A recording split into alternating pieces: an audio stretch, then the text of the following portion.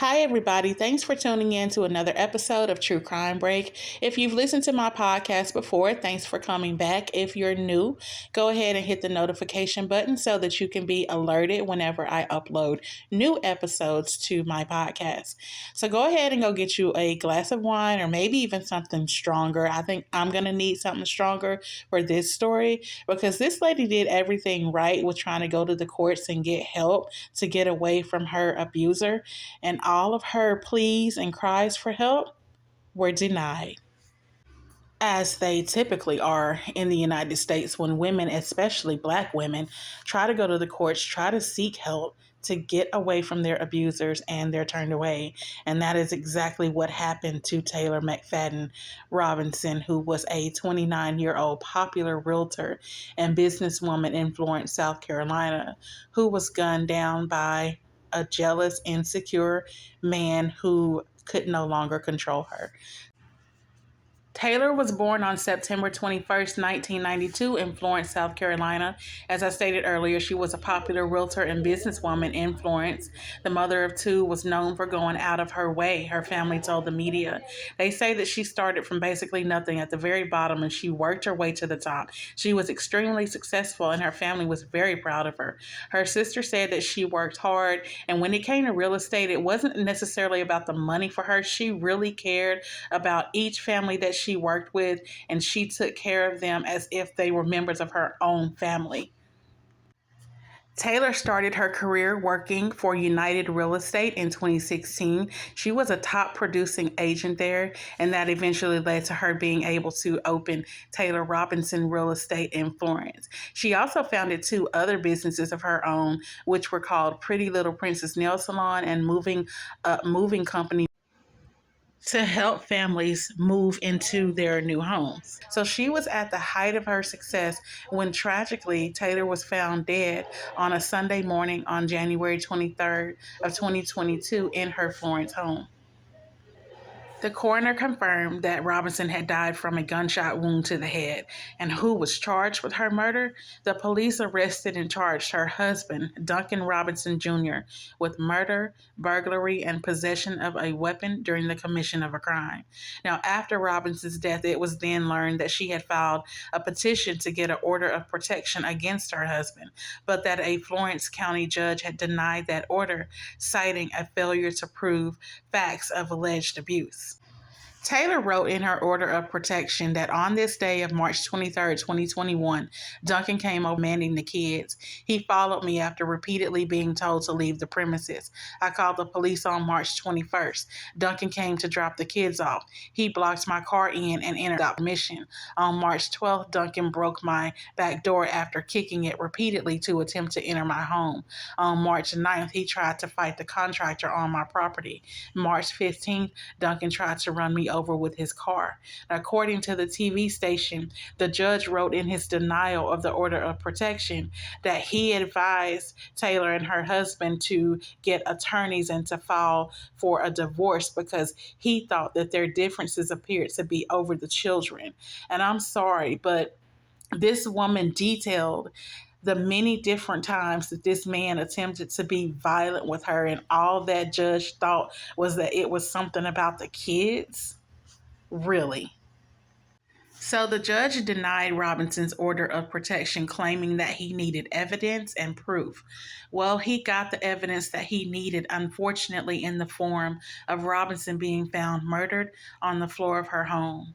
Now, Robinson's sister Anastasia told the judge in that case that she thought that the system had failed her family. The system has failed us. My sister asked for a restraining order, and the judge denied it. Please do not allow the system to fail us again.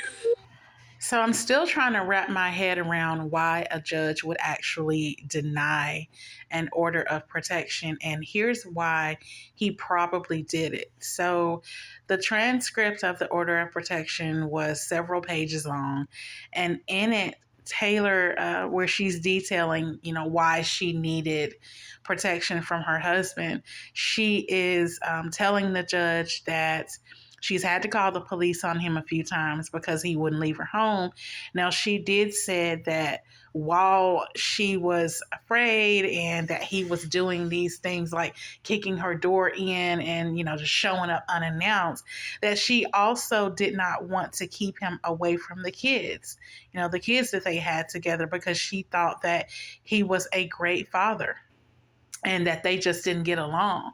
And so here's the thing about that is that a lot of women, when we're in abusive relationships, especially when there's kids involved, on one hand, we're afraid of this guy. We feel that, we have to take some drastic measure to get away from him. But on the other hand, you don't want to lock up the father of your kids. And especially as Black women, we become conditioned to, you don't call the police on a Black man. You don't want to contribute to putting one more Black man in jail behind bars, So she felt like, on the one hand, she wanted to protect him in a sense because she didn't want to go to jail. She just wanted him to leave her alone.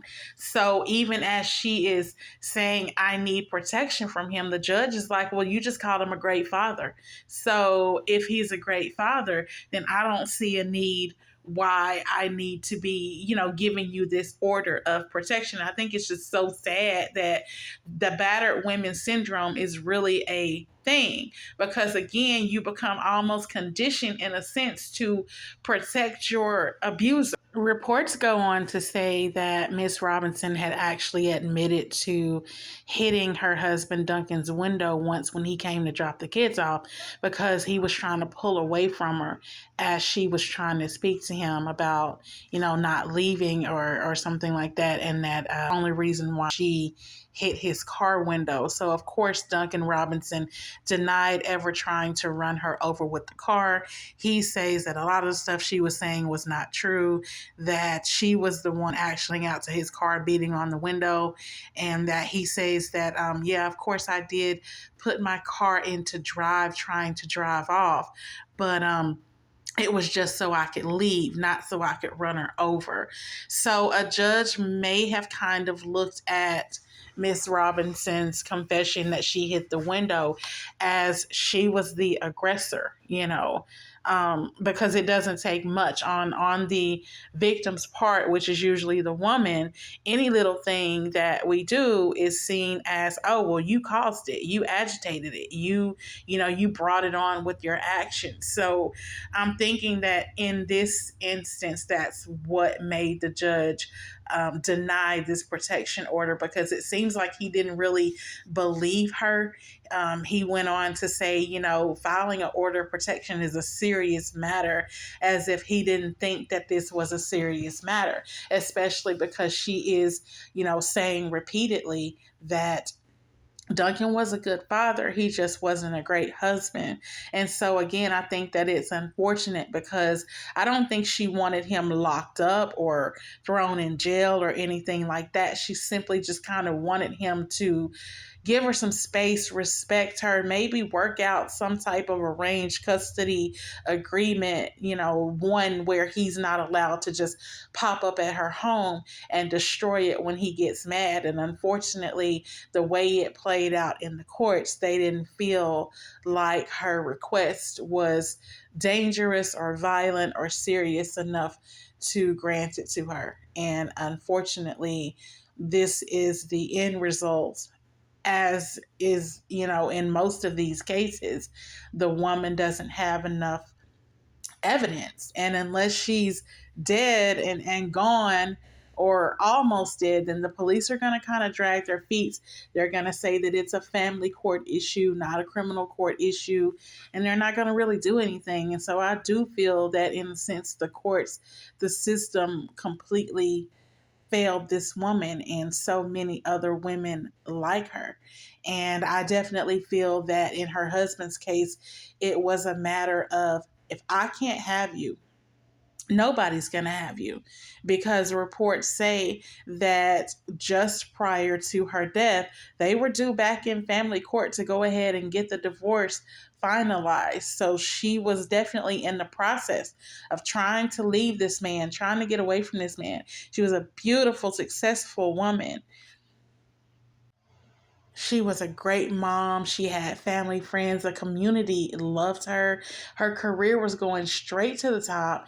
And I believe that her husband, Duncan, just could not handle the fact that he was no longer going to be able to control her. He was no longer going to be able to just show up at her house, whenever he felt like it. She could start dating someone else, anything she wanted to do, and he was being shut out. And I just believe that, like so many abusers in this situation, again, it's a matter of, if I can't have you, then nobody's going to have you. And unfortunately, she lost her life before she was able to get any form of help from this man. So I definitely do feel like the system failed her completely. So tragic. But why does it keep happening? It happens way too often in this country. Duncan Robinson Jr. filed a motion on March 31st requesting bond in the murder of his wife. Judge denied bond for Robinson on the murder and burglary charges, but did set a $100,000 bond on the weapons charge. So Duncan will have to remain in jail until he faces a circuit court judge on those murder and burglary charges. So this is just a sad situation all around. Such a young, beautiful, innocent life lost for no real apparent reason other than jealousy and insecurity. So that's all I have on this case because I don't know the outcome of it yet. I don't guess he's gone to trial yet, so not sure what his sentence is. So I'll be definitely checking up on that and we'll keep you updated. In the meantime, I would love to talk about this with you, so drop me a few comments so we can discuss it.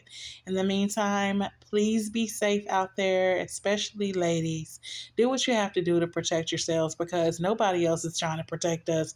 Not the courts, not the police, nobody. So we're basically out here fending for ourselves. So do what you have to do. Take self-defense, get you a weapon, concealed license so that you can legally carry. Because when it comes to some of these men, they would rather kill you than to allow you to leave and flourish and live your life and be happy without them. And with no consequences, apparently, because the court protects men like this. So take care of yourselves and be safe out there. Until next time, peace.